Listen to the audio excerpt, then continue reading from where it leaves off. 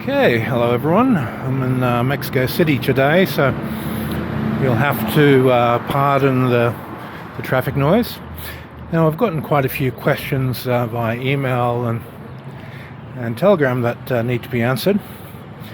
The first one is, what's the difference between Yi, the mind intention, Qi, the astral energy, and Jin, or power? And these qualities are very, very different, but they're fused and linked together. Now, the easiest way to answer this question is to download a book called Initiation to Hermetics. It's out of copyright, the original, so there's free PDFs online. And jump to the practice section. You have 10 steps of practice. 1/3 of the exercises are mental, training the Yi. 1/3 of the exercises are astral, to develop and train the Qi. 1/3 of the exercises are physical, to train the Jin, or powers. Okay, so once you've gone through these 10 steps, you'll get a very clear sense of how to develop the mind through the mental training exercises, how to develop the astral Qi through the element and Akasha exercises and light exercises, developing psychic potentials, and then the physical exercises. Now, excuse me, you've got to remember this book is designed for training magicians, not Tai Chi and Qigong practitioners. So the course I put together, Elastic Force Qigong, is designed for laying a foundation in Qigong for internal martial artists and as a platform to enter into Hermetic work. The good thing about this training program and how to understand and get this answer to the question that's been coming up by several people is every exercise is laid out precisely. The process, the map of where you're going, what you're developing is precise. You won't find this with any other training system. If you go to any Taoist system, it's convoluted, it's messed up, it's not clear, it's not concise, you don't know what you're getting, you don't know where you're going, and everything hidden. And the teachers of those systems will have a lot of things like, oh, you shouldn't mix teachings, we'll talk about that later. There's no clear map and process of exactly what you have to do to where you want the destination. And you'll get a lot of silliness like, oh, you have to sit against a wall for 9 years and so forth. Franz Bardon system, not like that at all. It's clear, concise, you know where you're going, you know exactly what you have to do. So I suggest this because if you do a Taoist system, you'll understand how the Taoist system works. If you're studying Buddhism, you'll understand how Buddhism works. Whatever system you're developing, it's a universal system. So there's no concept of, don't mix this and that together. It's universal. All systems are based on universal principles. Universal systems teach you how those principles function so you can develop your skills further. So it's very well worth having a look at these systems like Franz Bardon, and that'll answer your question. Okay, so that's the process you have to go through to get a clarity on what is Yi, what is Qi, and what is Jin. Now I can summarize some of that for you and give you a better sense of what we're actually working with. All exercises for cultivating Yi, or mind, and Yi is often translated as mind intent. So yeah, there's a lot of different aspects to the mind. The 4 bases of power in Buddhism, the quadrupolar magnet in Hermetics define it very well. If we break down the basic 4 mind qualities, we have the part of you which discerns. This part is split into 2, the observer and the intellectual side that understands. Then we have the water element component which identifies. So you'll have an experience where you feel something and you identify with it, and as you identify with what you're connecting to, it's the intuitive sense of feeling of the mind comes into play. Your mind senses, that is what I'm interacting with. So as you develop the identity. So let's say your meditation object's life force, you pay attention to life force, your mind is life force. So you're identifying as being life force, not being a separate entity as such. And as such, you can apply the will, the fire element, to move life force, and you can apply the earth to transform through types of sung, move life force between states. So this is your platform in the mental development exercise process. Without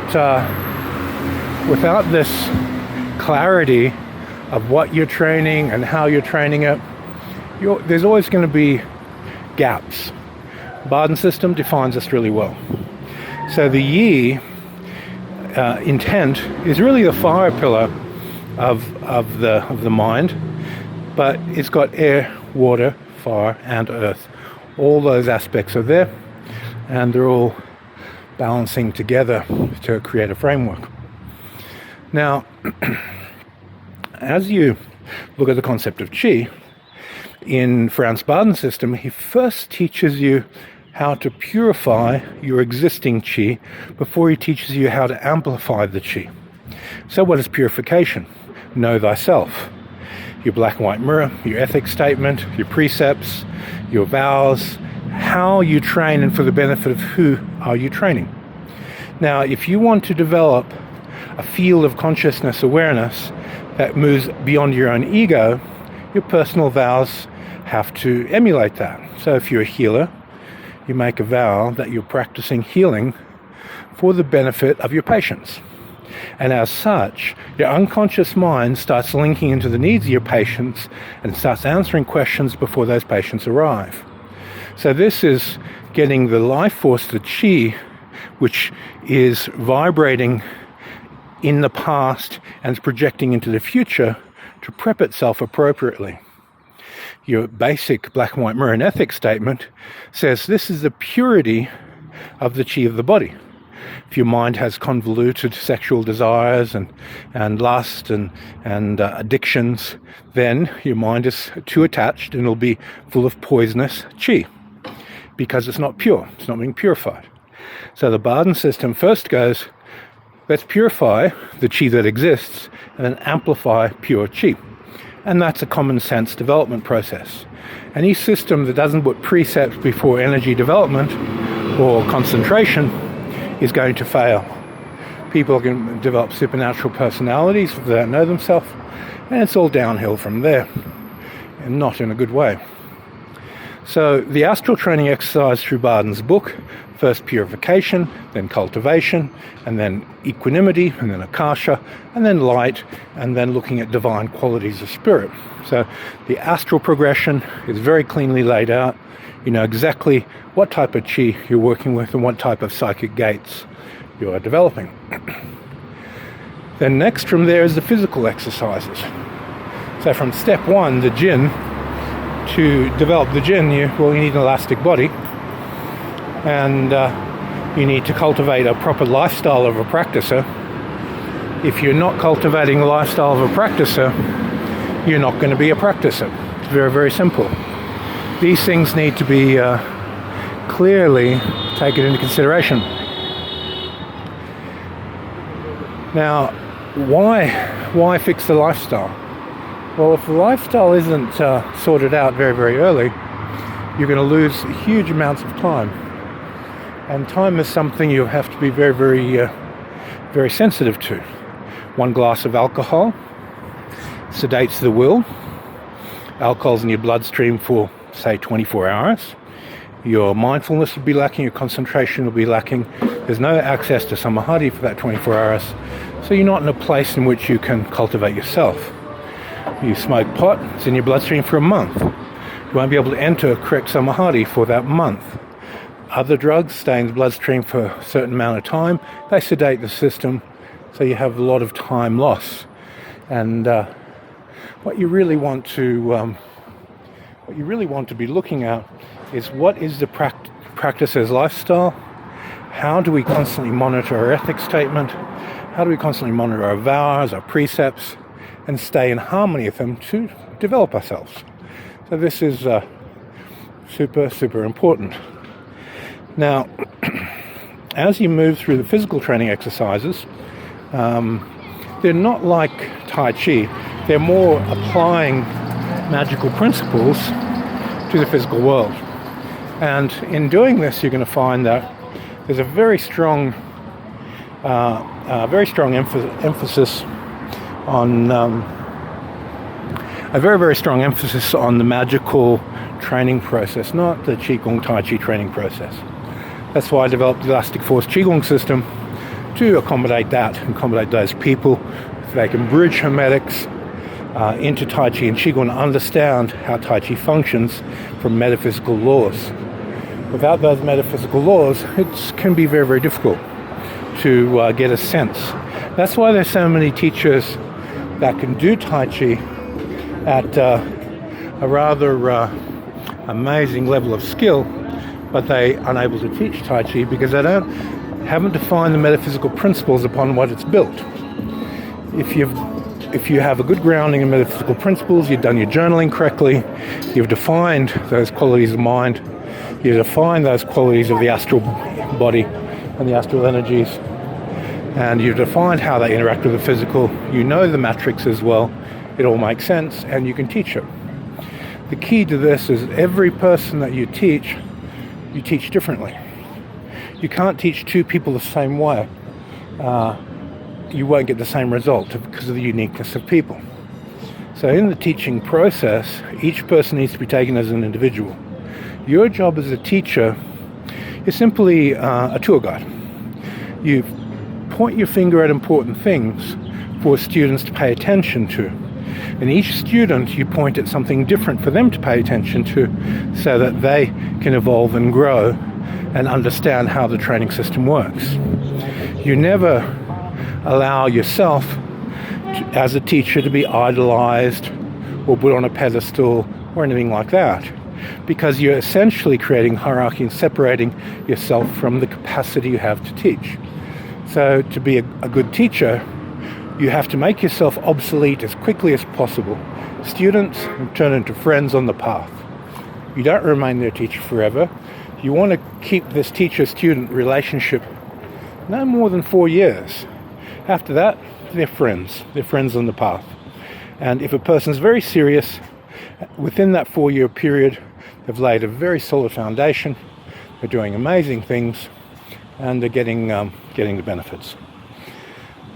Now, the reason why I say 4 years is for a serious practitioner, they should have a really strong platform built within 4 years. If it stretches out to 7, they've got a 9-to-5 job and so forth, okay, that's understandable. But you want to get this progression as quickly as possible to take place and not anchor students to yourself as a teacher. Okay, so Qi. What is Qi? We'll jump back there a little bit. Now, when you vital breathe, physical energy, vitality, and then you do the 4-cycle breath and you slow that energy down, then you get an automatic thickening and slowing of the energy from a vital state to an astral state. That thick energy is Qi. It's astral substance. Vital energy, when it's a raw state, it hasn't been put into a skill yet, it's vitality. It's raw power, it's raw energy.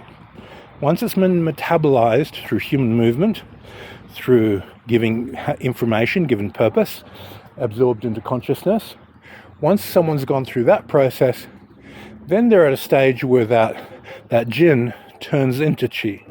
It happens naturally, but it happens slowly. So if we look at this process of how this happens, a person develops a skill and repetitively repeats the skill over and over. Their vitality, their concentration, their emotional intent, the performance of that skill repetitively repeats over and over and over. What do they get? They refine the skill until the skill is unconscious. Once it's unconscious, it's part of your astral body, it's part of your Qi field. Now, once you understand what the energy of Qi is and you're extending beyond the normal physical parameters of that, you can utilize energies in far more diverse ways than generally accepted. Okay, so your vital energy and your astral energy are different. Astral energy has information, it has intention, it has purpose, it has process, it has skill, it has something in it. But it will express itself back through the physical depending on what the skill is. If it's a power, Thajin power, you train from the vital to the astral back to the physical body to express the power. And this relationship becomes a loop between these two. And you're all absorbing these qualities into the mind substance to generate these different forms of power. Next aspect about this is the way the bodies link. Now, I've had some questions on linking and unlinking the yi from the qi from the power, the body. So we have several matrices. The most talked about are the mental matrix. It connects the mind to the astral body. And when we sleep, the mental matrix becomes neutral, so you fully release of the body. Now, if you watch a person fall asleep, there's this moment in which they totally relax and let go of form, and the mind drifts off into a mental state, and they are released of the body while they're sleeping. That is the mental matrix reaching a neutral state. The astral matrix is what connects emotions, feelings into the body and gets a bodily reaction to how you feel.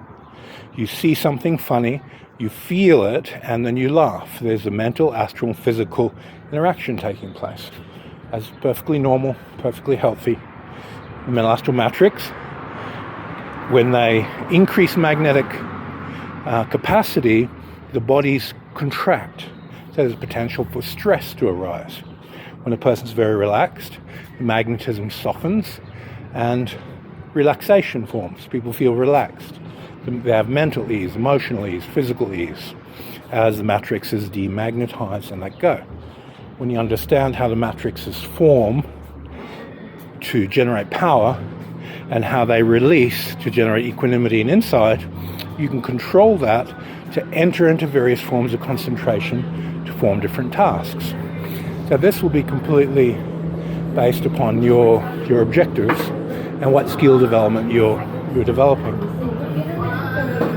So if we take, for example, developing the skill of clairvoyance, and it may be astral clairvoyance, so we want a very deep astral equanimity. We want the astral matrix to be neutralized, because we don't want to be in any way, shape or form bound to our emotions. So we soften and equalize the astral matrix, and through doing that we end up in a place of across the road here. We'll end up in a place of astral equanimity where the gates of the mind are free to the body and the awareness can function in the astral plane. So as you develop any of these particular psychic skills, you have to understand the matrices and know where to put the equanimity and how to align the bodies for the skill to arise. We call these causation chains. So for Yi, Qi and Jin to synchronize to create different effects, they are synchronized, all three, to create effect in the mental. That's just the output. To create effect in the astral or to create effect in the vital. You need all three to be present. More so when it's closer to form, less so when it's of a higher level. But generally, vitality will fuel the mind when the mind is in a state of sabahati. So the physical is still present, but it doesn't necessarily have to be. Okay, so the physical matrix. Now the physical matrix is what they talk about in physics and the empty space between two forms. So between my body and the person who pushes on my body, there is empty space.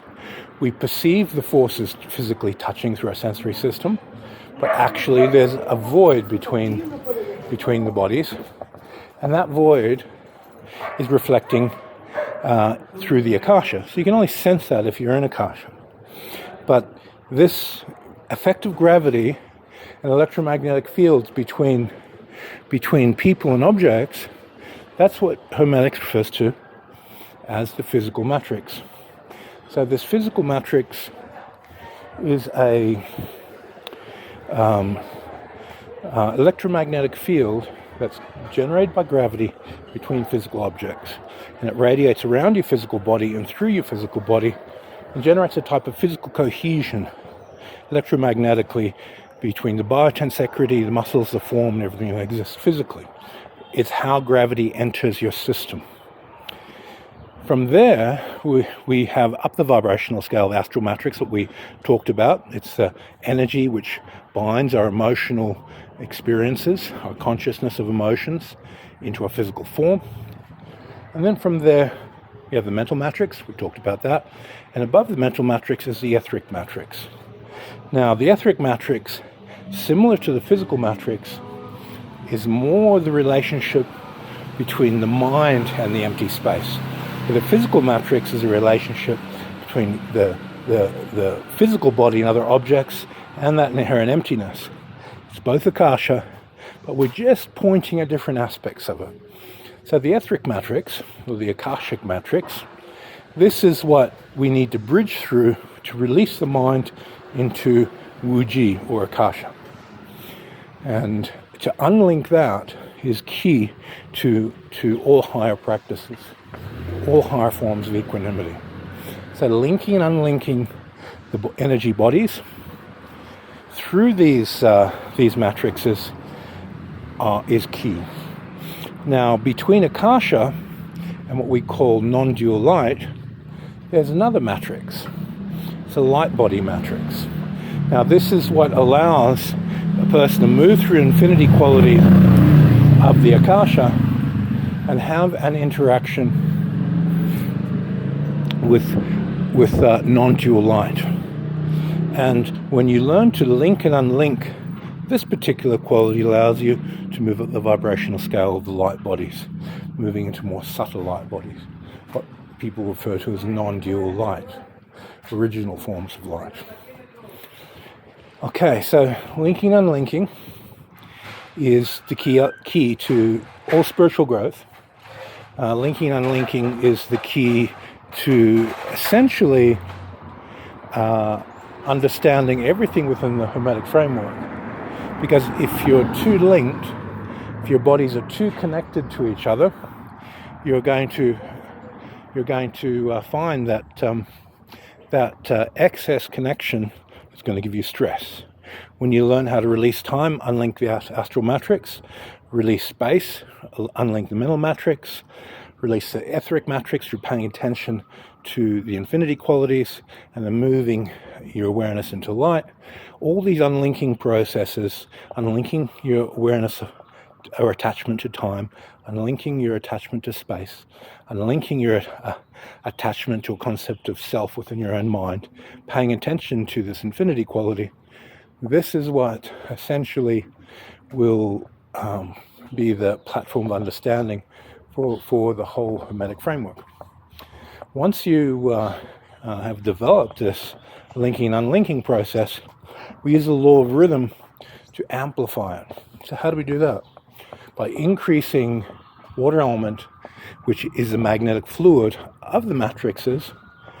So you increase linkage, then you do the reverse and unlink those matrices by demagnetizing the magnetic fluid. Water element binds you together. You create two polar potentials, an unlinked potential and a linked potential. And by increasing and decreasing, you take control of what binds you. The Buddha said, Nibbana is a release of attachment, aversion, and delusion. And what generates attachment, aversion, delusion? It's the matrices. The matrices which bind your etheric body, your mind, your astral body, your physical body together, and generate a causal pathway for karma to arise and fluctuate and contain you within the samsara, within this loop of continuous life and death. When you grasp the concept of what this essentially is, to unlink these energetic layers, then you're in a position of power. So you can get a clear understanding, how do you develop the yi through the initiation text? How do you develop the chi through the initiation text? How do you develop the body this initiation text. You overlay that knowledge on your goals, Tai Chi, Qigong, whatever they might be, and now you're in a position in which that question that's been coming up is clearly defined and answered. Now, in closing on this video, getting close to my hotel, in closing on this video, we want to get a clarity of understanding that the intellect cannot label what yi is, the intellect cannot label what chi is, and it can't label what form is, what the body actually is. The intellect is only capable of identifying concepts and connecting those concepts together. Now, we really want to put ourselves in a position where we're not having a series of words which say this is yi, or a series of words which say this is chi. You want to feel them, experience them, and go, okay, that is what they are through experience. That is your label. It's like a person reading about swimming for years and never having gotten a swimming pool.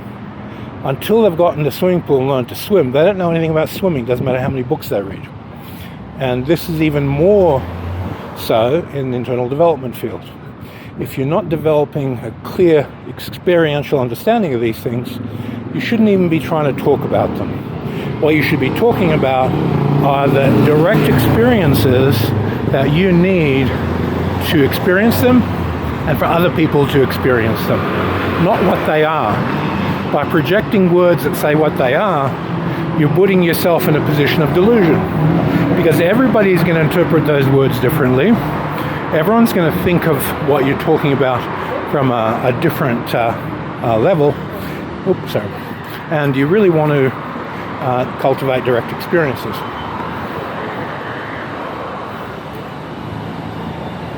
So, Franz Bardon's book, Initiation to Hermetic, will give you those direct experiences. Okay, so I hope this answers the questions on the Yi Qi Jin and on linking and unlinking the bodies. And if you have any questions, drop me an email. I've got a bit of time for about a week before I leave Mexico, so I can do a few more videos like this if anyone's interested. Okay, thanks for your time. Stay happy.